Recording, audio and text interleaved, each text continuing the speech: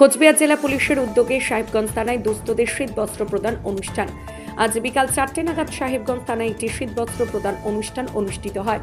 প্রদীপ প্রজ্বলনের মধ্য দিয়ে দিনের এই অনুষ্ঠানের শুভ সূচনা করেন কোচবিহারের পুলিশ সুপার দ্যুতিমান ভট্টাচার্য। সেই সঙ্গে উপস্থিত ছিলেন কোচবিহারের অতিরিক্ত পুলিশ সুপার কৃষ্ণ গোপাল মিনা, দিনহাটা 2 নম্বর ব্লক সমষ্টি উন্নয়ন আধিকারিক নীতিশ তামাং, দিনহাটা মহকুমা পুলিশ আধিকারিক ধীমান মিত্র, দিনহাটা সার্কেল ইন্সপেক্টর দীপাঞ্জন দাস, সাহেবগঞ্জ থানার ওসি অজিত কুমার শাহ, সাহেবগঞ্জ থানার সেকেন্ড অফিসার টিঙ্কু কুন্ডু ছাড়াও নয়েরহাট তদন্ত কেন্দ্রের ওসি অজয় রায় সহ অন্যান্য পুলিশ আধিকারিকেরা। এদিন অনুষ্ঠান মঞ্চ থেকে প্রায় শতাধিক দুস্থ মানুষকে ব্ল্যাঙ্কেট প্রদান করা হয় এবং বিভিন্ন সময় সাহেবগঞ্জ থানা এলাকার 27 জনকে তাদের হারিয়ে যাওয়া চুরি যাওয়া মোবাইল ফিরিয়ে দেওয়া হয় এবং সেই সাথে সাহেবগঞ্জ থানার পুনর্নির্মাণ করা ওসি চেম্বারের শুভদাস উদ্ঘাটন করেন। অনুষ্ঠান মঞ্চ থেকে কোচবিহারের পুলিশ সুপার দ্যুতিমান ভট্টাচার্য বলেন, বর্তমানে চুরি ডাকাতি কিছুটা কমলেও তার থেকে পাল্লা দিয়ে বাড়ছে সাইবার ক্রাইমের মতো ঘটনা। এই প্রসঙ্গে তিনি জনগণের উদ্দেশ্যে বলেন, কেউ যেন মোবাইলে আসা ওটিপি কাউকে শেয়ার না করে। সে সাথে তিনি এও বলেন, নিরাপদ সড়ক তৈরি করা তখনই সম্ভব যখন সকলে আইন মেনে বাইক অথবা গাড়ি চালাবে। এছাড়াও বর্তমানে ডিজিটাল অ্যারেস্ট সম্পর্কেও তিনি সকলকে অবগত করে জানান, এ ধরনের কোনো প্রক্রিয়া কোথাও নেই, অযথা ভয় পেয়ে কোনো আর্থিক লেনদেন যেন কেউ না করে। তিনি বলেন, কোচবিহার পুলিশ সবসময় সাধারণ মানুষের পাশে আছে এবং পাশে থাকবে। আরও কি বললেন তিনি বিস্তারিত শুনুন। কাজটাই বহুবিধ। আমাদেরকে কালকে যেরকম মাধ্যমিক নিয়ে আমাদের বিডিও সাহেব বললেন, আমাদেরকে মাধ্যমিকের কোয়েশ্চেন পেপারও কিন্তু এসকর্ট করতে হবে, পরীক্ষা যাতে সুষ্ঠুভাবে হয় সেটাও দেখতে হবে।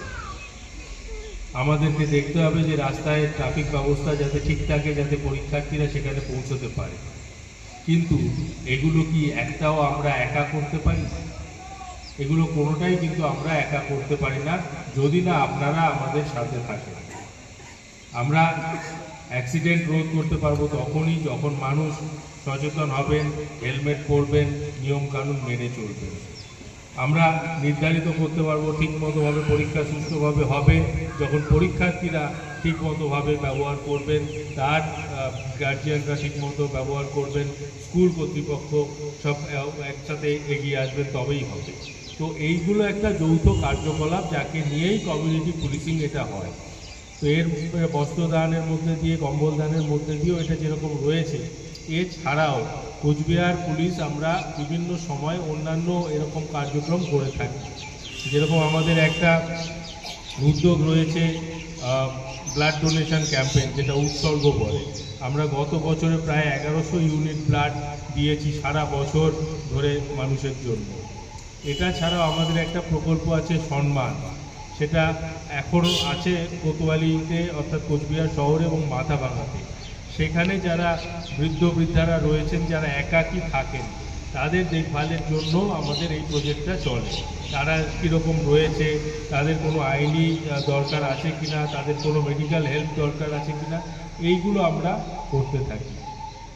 এটা ছাড়াও আমরা যেটা করে থাকি যে আপনাদের এই ফোন আজকে যে ফিরিয়ে পাওয়া, এইটা প্রত্যেক থানাতেই কিন্তু এরকম প্রত্যেক মাসে হতে থাকে।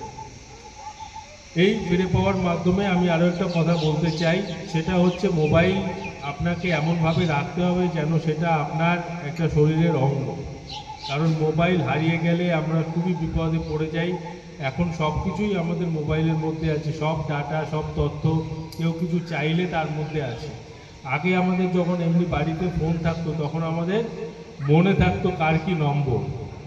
এখন আমরা নাম্বার মনে রাখি না, আমরা নাম্বার সেভ করি, কারো নাম্বার কেউ বলতে পারবে না। সুতরাং মোবাইল একবার হারিয়ে গেলে কাউকে যদি ফোন করতে হয়, আপনি কিন্তু আর সেই নাম্বার খুঁজে পাবেন না। মোবাইলকে খুব সাবধানে রাখতে হবে। 2 নম্বর হচ্ছে, তার চারিদিকে এখন সাইবার অপরাধ হচ্ছে। অন্যান্য অপরাধ দেখুন কমে গেছে কি না? এখন কি বাড়িতে বাড়িতে ডাকাতি হয়? কোথাও শুনেছেন? এখন কি হয়? এখন শুনবেন যে এই মোবাইলে এই করেছি, টাকা কাটা গেছে, এইখানে টাকা চলে গেছে। এইটাই কিন্তু অপরাধ। সেইটা সম্বন্ধে আপনাদের সাবধান থাকতে হবে। বারবার টিভিতে, রেডিওতে, মোবাইলে খবর আমরা দিই যে কোনো ওটিপি দেবেন না কাউকেই, কিন্তু এখনো পর্যন্ত মানুষ ওটিপি দিয়ে দেন। কোনো ওটিপি কাউকে দেবেন না, কোনো প্রলোভনে ফাঁদে পা দেবেন না।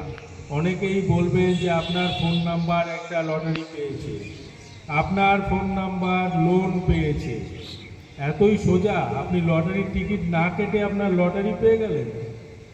এইগুলো হচ্ছে আপনাদেরকে বোকা বানাবার জন্য এই ব্যবস্থা করতে থাকে। 2 নম্বর হচ্ছে, কেউ যদি ভয় দেখায় আপনি এত টাকা দিন, নয়তো রাতেই আপনার ইলেকট্রিকের কানেকশন কেটে দেওয়া হবে, ওতে ভয় পাবেন না। এরকম হয় কখনো শুনেছেন রাত্রেবেলা এসে কেউ ইলেকট্রিক কানেকশন কেটে দিয়েছে? তো এই রকমভাবে মানুষে ভয় দেখাবে, লোভ দেখাবে, সারাক্ষণ কিন্তু এটা হচ্ছে। আরেকটা নতুন জিনিস এখন বেরিয়েছে যে ডিজিটাল অ্যারেস্ট। দেখবেন আপনার ফোনে একটা ভিডিও কল এলো, ও পাশে দেখবেন আমাদের মতো পুলিশের পোশাক পরে কেউ বসে আছে, বলছে যে আপনাকে অ্যারেস্ট করা হলো, আপনি এত টাকা দিন, নয়তো আপনার বিরুদ্ধে এই ব্যবস্থা নেওয়া হবে, আপনাকে গ্রেফতার করা হবে, এই করা হবে। অনেক মানুষ পয়সা দিয়ে দিচ্ছে, দেবেন না। এরকম ডিজিটাল অ্যারেস্ট বলে কোনো অ্যারেস্ট হয় না। লোকে আপনাকে ভয় দেখাচ্ছে। এই ভয় আর লোভ, এই দুটো যদি আপনারা কন্ট্রোল করতে পারেন তাহলে কিন্তু বিপদ কোনো আসবে না। আর যদি এতে ফাঁদে পা দিয়েছেন, কোনো আননোন লিঙ্কে ক্লিক করেছেন, কেউ একটা কিছু পাঠিয়েছে, এটা দেখ, এটা দেখলে আপনার ভালো হবে, এইসবে যাবেন না। মোবাইল সম্বন্ধে আমাদেরকে আরও সচেতন হতে হবে, মোবাইল ব্যবহার সম্বন্ধে সচেতন হতে হবে। যে কোনো ভিডিও কল, যে কোনো বাইরের কল তুলবেন না বা কথা বলবেন না। যদি আপনার সন্দেহ হয়, যখনই দেখবেন আপনার সন্দেহ হচ্ছে, তখনই কিন্তু আপনাকে সেটা